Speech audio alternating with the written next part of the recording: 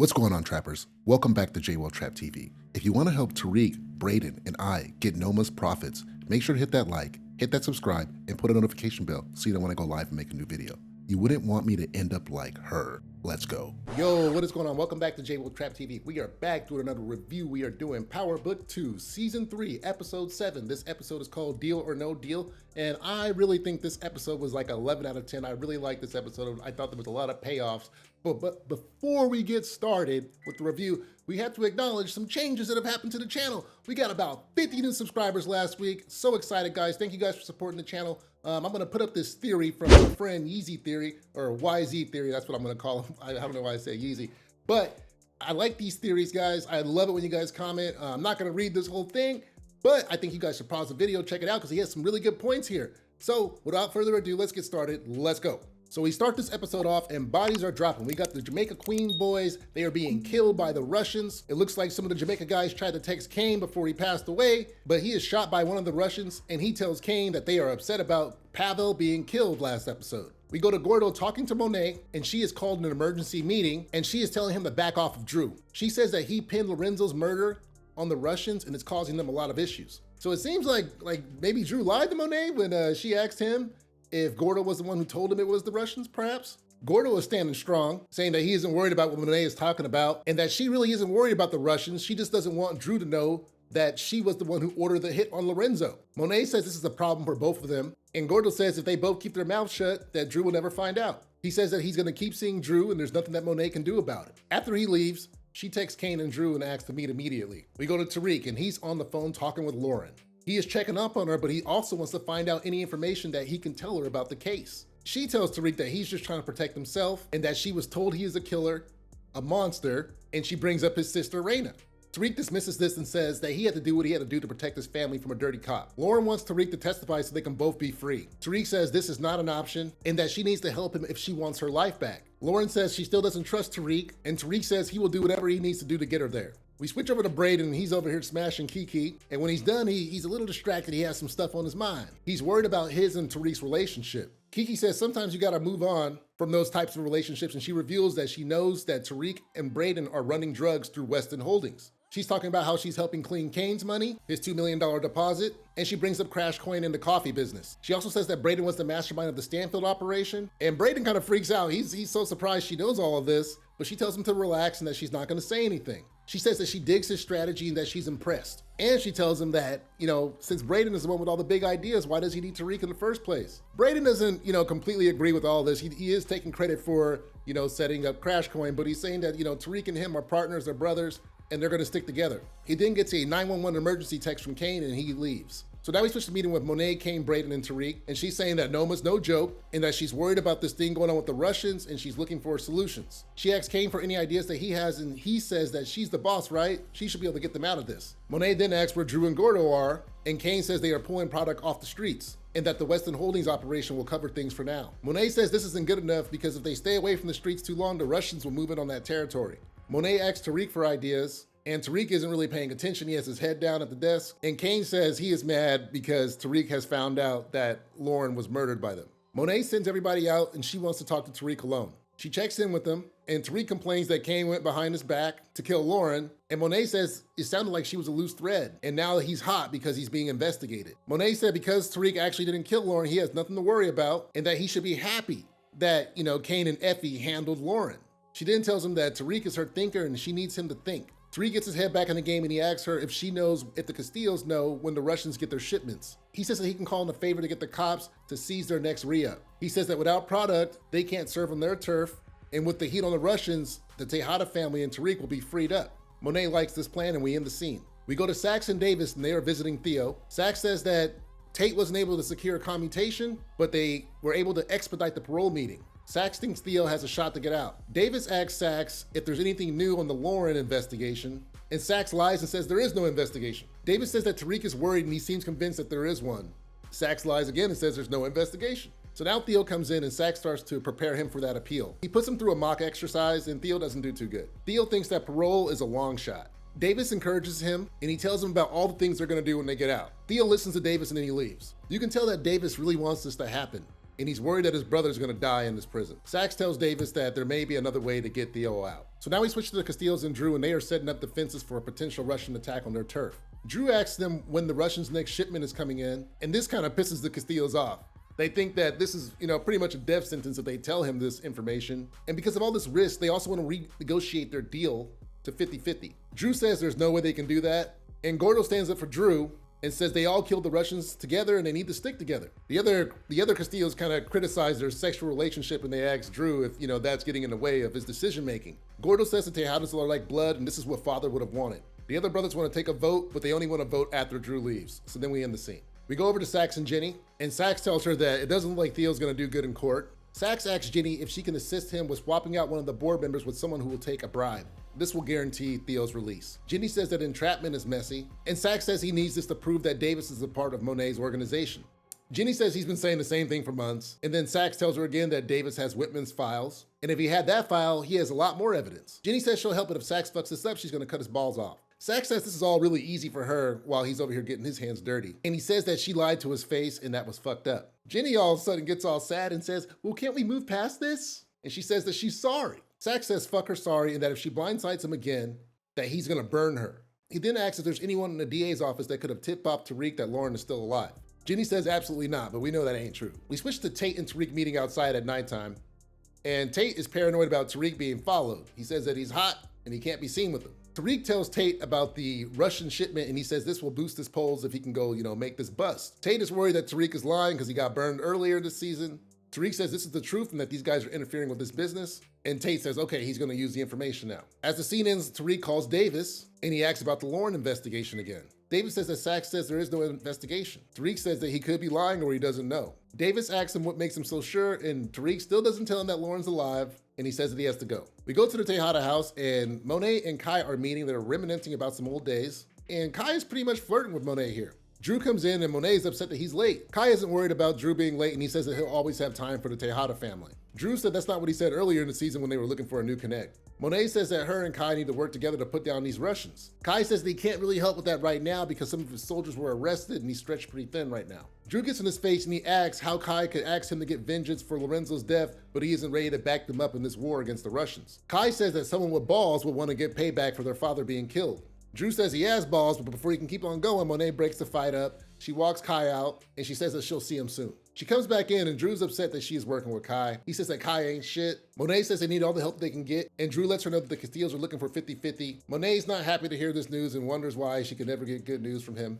And she wants Drew to exploit his and Gordo's relationship to stay on their good side. Drew doesn't want to exploit it, and he's talking about how, he thinks they can really be something substantial. Monet says maybe they can have a strong relationship similar to how her and Lorenzo had one, and she tells him to make sure that she always keeps Gordo's ear. She says that Gordo sprung off of them and they need to use this. Monet asks if Drew wants to stay for dinner, and Drew says he has to finish some stuff with Kane. We go to a party, and Brew's over here singing and performing. I'm over here thinking that she was Megan Thee Stallion. Diana gets a text from Monet for dinner, and she ignores it. Brew finishes up her set, and Salim is up to perform next. He starts the poem, and it's clear the poem is for Diana, and it's kind of freaking her out. It's a little embarrassing. He says that Diana is his queen, and he has his rose, and he presents it to her from the stage.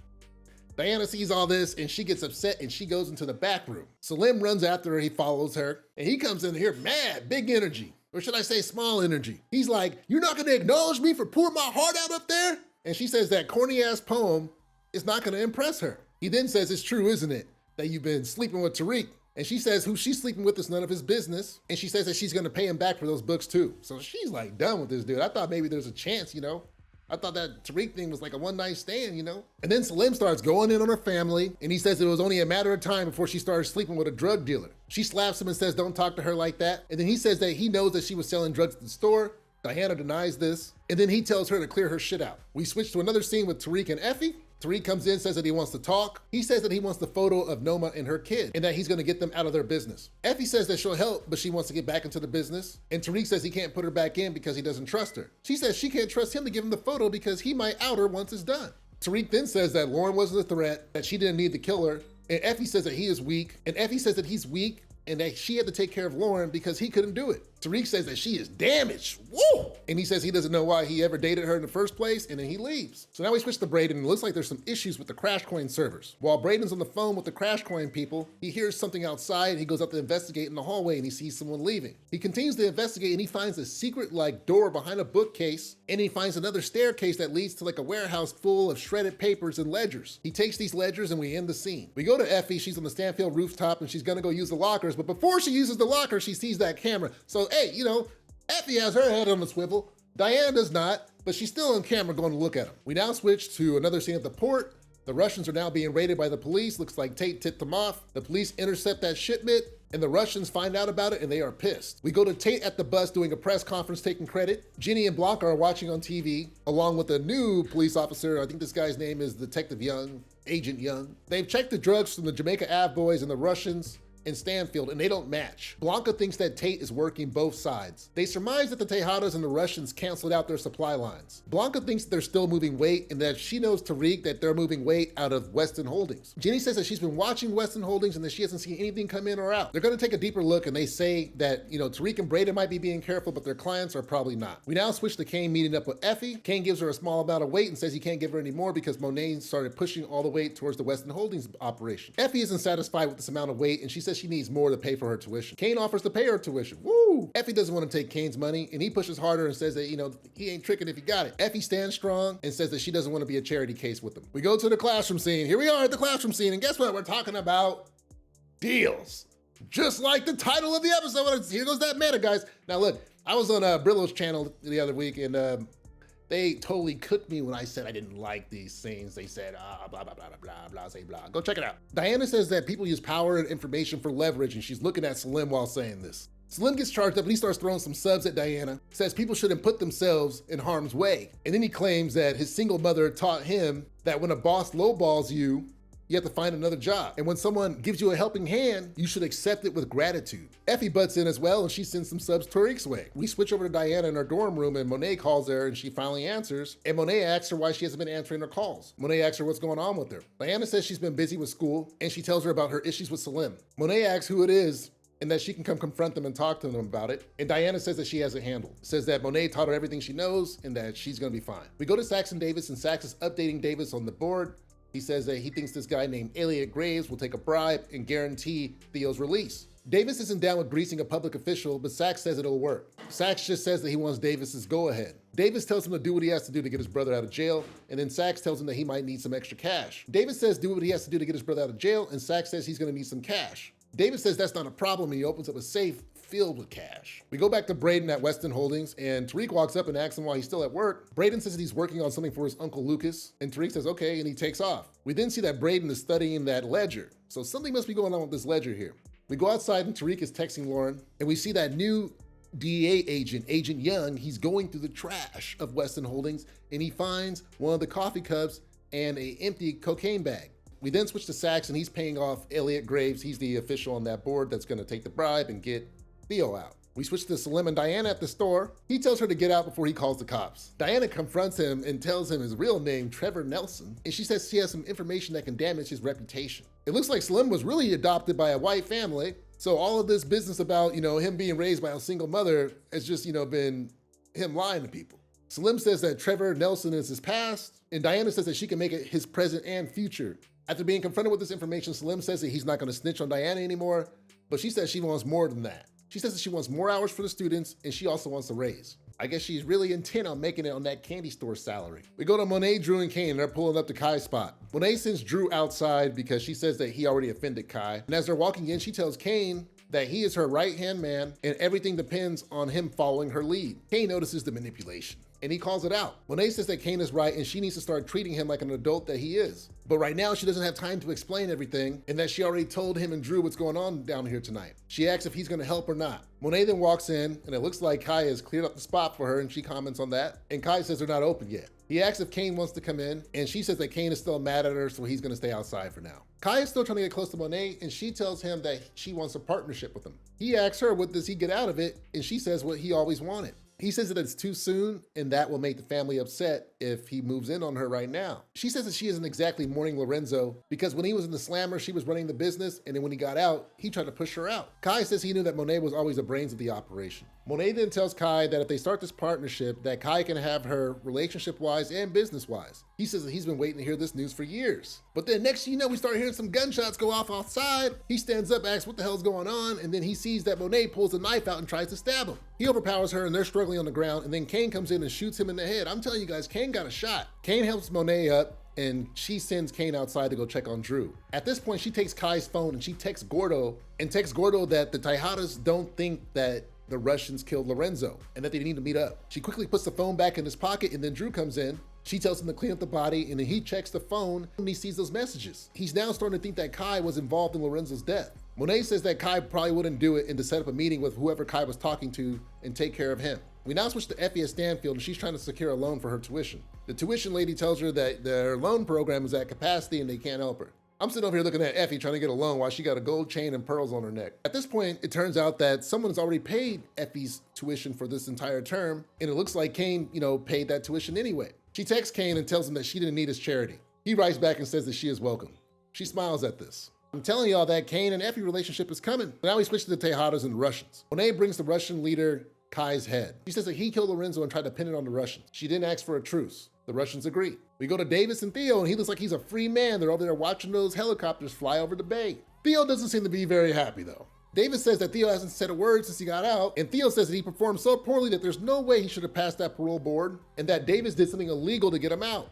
Theo said he originally took the fall so that Davis would stay out of jail, and that his sacrifice is worthless if he ends up going to prison. He demands that Davis take him to the treatment facility, and then he wants to cut off contact once that's done. We switch over to the cops, and it turns out due to Agent Young's work, they were able to match those drugs up now. They were able to match the drugs from Stanfield, Weston Holdings, in the streets, and they have the same product.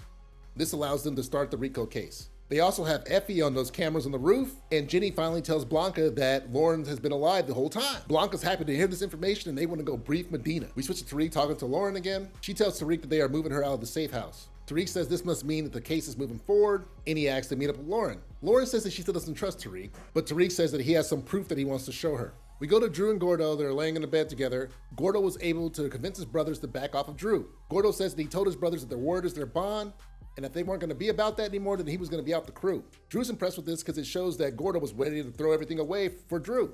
Gordo says he has to go, and he gets up to take a shower, and then Drew texts the number he found on Kai's phone to meet up. Next thing you know, Gordo's phone vibrates, and Drew figures it out. Drew realizes that he got played, and he picks up a gun, and he goes in the shower, and he shoots Gordo. Kane comes in, and Drew tells him that it was Gordo that killed Poppy. Monet comes to the penthouse, and she comforts Drew. We go to Kiki and Brayden saying he has evidence that Weston Holdings is a Ponzi scheme. She tells him to relax. But this isn't enough for Brayden, and he wants to talk to his uncle immediately.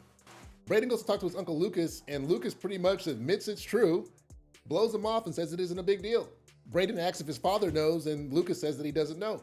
Lucas says that this Ponzi scheme has saved the firm and the family from ruin. He asks Brayden who else he showed the docs to, and Brayden says no one. And then he brings Kiki in. It turns out that she's in on it too, and Lucas also reveals that he knows that Brayden is running drugs through Weston Holdings. At this point, Brayden wants the money that he and Kane deposited and Tariq's trust fund back because he doesn't want it to get lost. Lucas tells him no and to keep his mouth shut or Brayden will destroy the family. He says that no one has to lose and that everyone will go to prison if he snitches. And Brayden laments that he and Kiki used him this whole time. She says that she actually liked him and to cheer up because now they don't have to lie to each other anymore. This isn't good enough for Brayden, he just walks out on it. We switch to Tariq and he's outside paying a DEA agent for his badge and his outfit.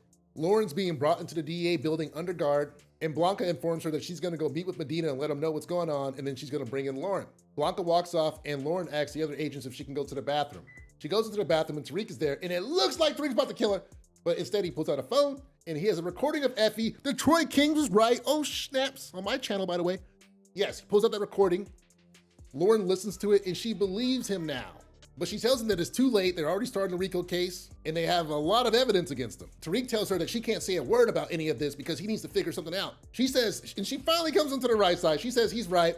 She says that Witsec is a one-way street, and she will give him as much time as she can. She also tells him that Sachs is a mole. So now we go back to the Tejada family, they're over here having dinner, and I just have to mention that there was a joke about Monet not being able to cook. You know, I'm sure they're missing Poppy and his sancocho. They are having dinner, and then next thing you know, they get raided by the DEA. FBI open up. Ginny and Blanca come in with warrants for Diana, and they arrest Diana, and they were a little pushy with her. They told Diana to get up now, put her hands behind her back, and all that shit. Monet tells Diana to keep her mouth shut and that she's gonna come and get her. And then we end the episode, guys. So look, this is it, this is it.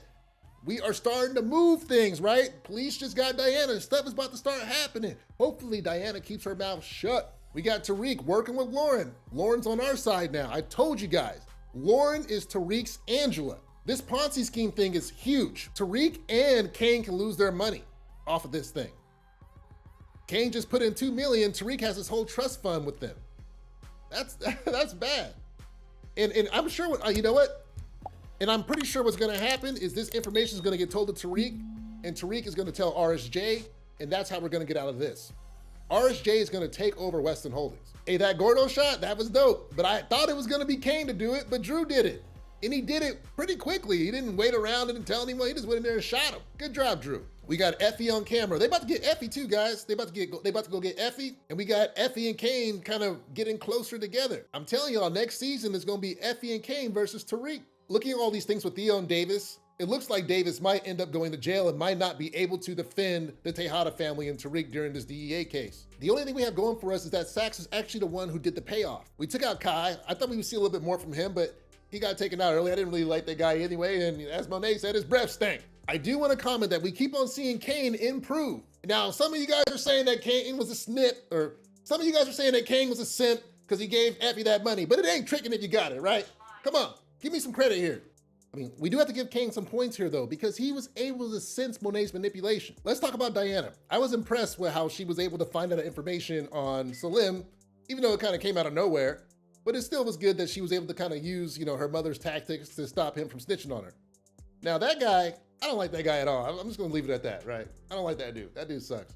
Get him off the show. I wonder how he's gonna react to Diana going to jail or being arrested though. You know he's gonna have something to say about that. Let's talk about Saxe. I think that Ginny is gonna blindside him one more time and then Saxe is gonna switch sides again, or Davis is gonna confront Saxe because Tariq is gonna give him that information. So that's it for today, guys. Thank you guys for all coming. Thank you guys for watching. Really appreciate you guys supporting the channel. Got a bunch of subscribers last week. Gonna still keep on taking this to the top. We got another trailer reaction coming out very soon. Gonna bring Detroit Kings back in so we can give us some of those good insights. So I'll catch you guys later. Make sure to hit that like, hit that subscribe, put a notification bell so you know when I go live or make a new video. And I'm about to be going live really soon. I'm not gonna say when, but it's gonna happen soon, okay? All right, guys, peace.